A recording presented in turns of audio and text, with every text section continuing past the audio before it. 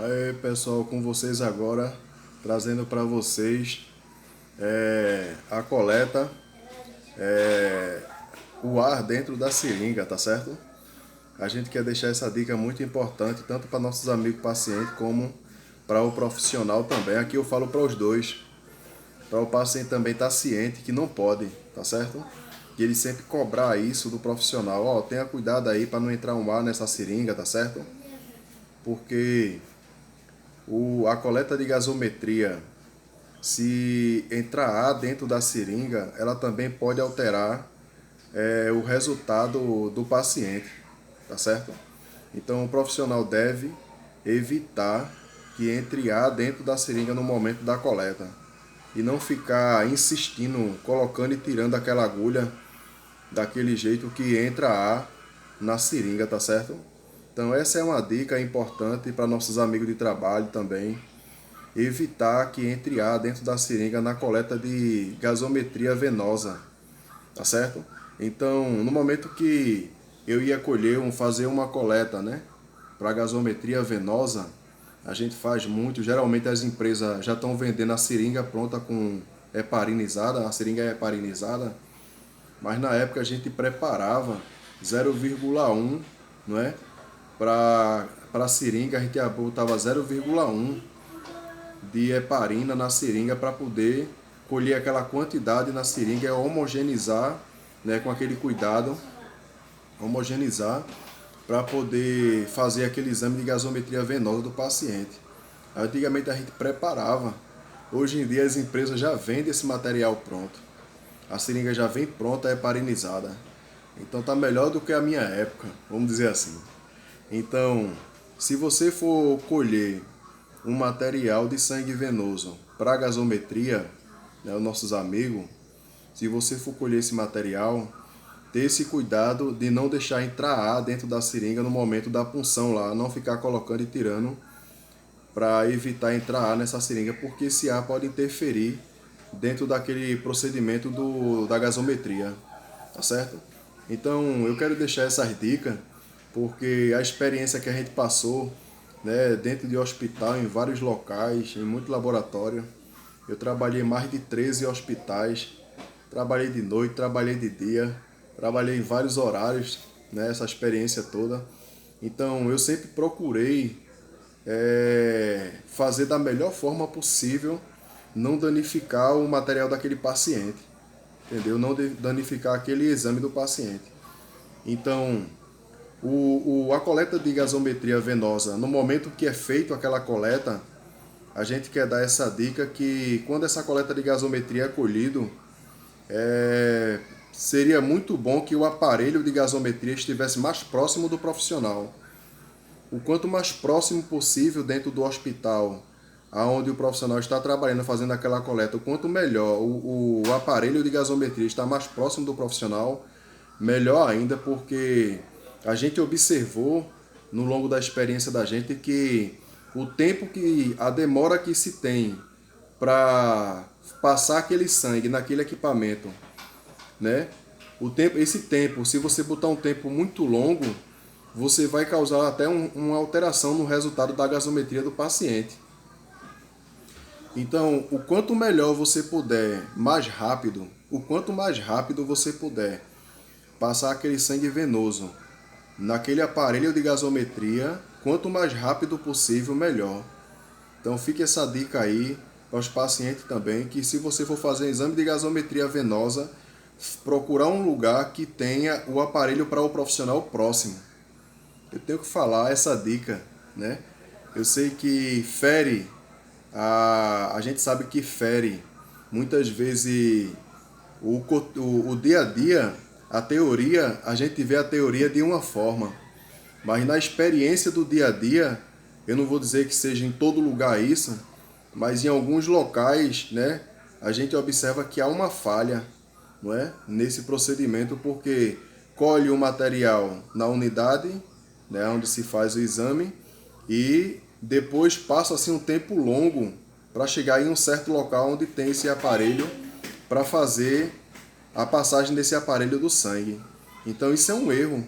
Isso causa um erro no resultado do paciente E não é legal, porque quanto mais tempo essa gasometria ela passa exposta, esse tempo que ela fica exposta a temperaturas diferentes, né, vamos dizer assim, há uma alteração, pode causar uma alteração no exame do paciente. Então, a dica para os nossos amigos de trabalho é o quanto mais rápido você puder passar essa amostra nesse aparelho, melhor, não é? Quanto mais rápido puder passar, melhor. Se possível, se você estiver dentro de uma rotina, né, vamos dizer assim, que eu já trabalhei também em vários locais em rotina, e se você estiver numa rotina, seria mais indicado você pegar essa gasometria e dar para um amigo de apoio que está com você, levar no aparelho e você continuar a rotina do hospital e você continuar a sua rotina e deixar o seu amigo ir lá passar aquela gasometria no aparelho. E depois ele volta, lhe entrega aquele material identificado com o nome do paciente e ali você bota na sua malinha lá organizada, entendeu? E tá tudo certo. E aí o resultado já vai vir na mão dele, é só botar na malinha e levar para o setor para poder fazer a digitação com o biométrico. Então, essa dica ela é muito importante porque às vezes a gente observa locais que o profissional passa o tempo todinho fazendo a rotina, para depois que termina aquele tempo todinho da rotina é que ele vai começar a passar a gasometria. Essa dica não procede para a gente esse comportamento assim. Não procede porque quanto mais tempo o sangue exposto, mais se tem risco de alteração na gasometria venosa do paciente, tá certo? Então, a gente vai falar em outra situação sobre a gasometria arterial, mas essa agora a gente está falando sobre a gasometria venosa. Então, o percurso que você leva, né, o tempo que você leva, no momento que você vai começar a colher uma rotina de 6 da manhã, e você tem uma pretensão que vai terminar aquela rotina de 7h30, 7h30, 8 horas, vai terminar esse tempo aí, porque o hospital é grande, tem muito material para se colher e muito paciente. E cada paciente tem um procedimento de coleta diferente. Um paciente se chega na UTI, não pode colher no braço, não consegue colher no braço por causa dos acessos que já está da medicação. Depois a gente vai falar isso aí, viu? Deixa eu anotar aqui logo.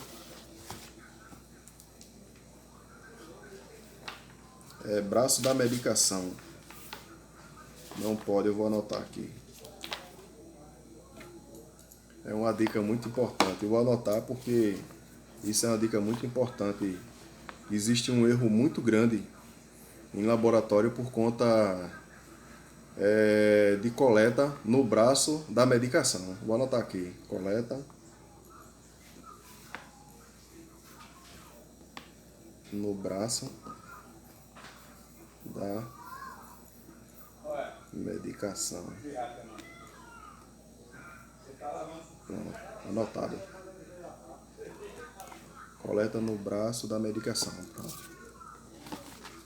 Deixar aqui anotado para a gente fazer essa dica depois. Então, se você estiver na rotina, a dica é essa. Se você estiver na rotina e você não pode parar a coleta para ir passar o gás venoso, certo? Ter uma pessoa do seu lado de apoio que pega esse material e vai passar no aparelho lá no gasômetro. O aparelho de gasometria tem que estar próximo possível, o mais próximo possível do profissional para ele passar esse material lá no aparelho, tá certo?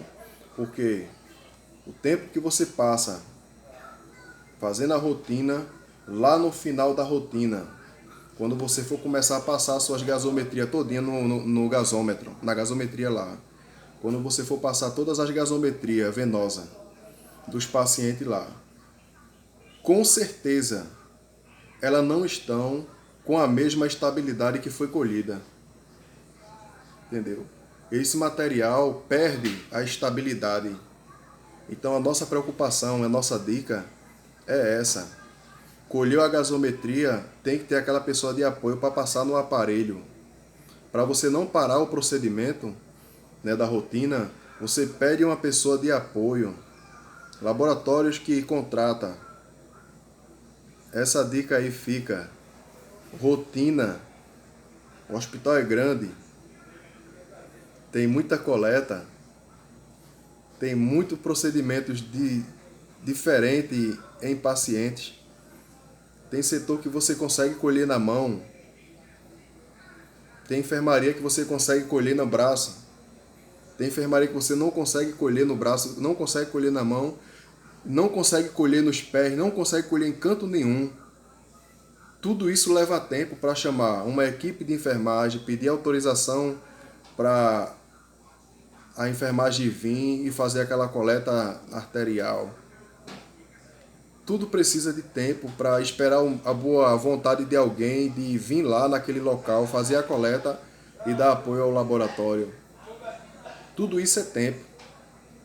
Então, tem que ter uma pessoa de apoio. A dica fica aí para a empresa, né? Também. Tem que ter um companheiro de apoio na coleta de rotina. Porque no momento que o profissional está fazendo, eu estou lá fazendo a minha coleta, e eu estou com a gasometria para passar, mas eu tenho que continuar a rotina. Eu não posso parar a rotina para ir lá no aparelho. Então tem que ter um apoio de uma pessoa que vai lá no aparelho, passa a gasometria e volta. E eu continuo o percurso daquela rotina.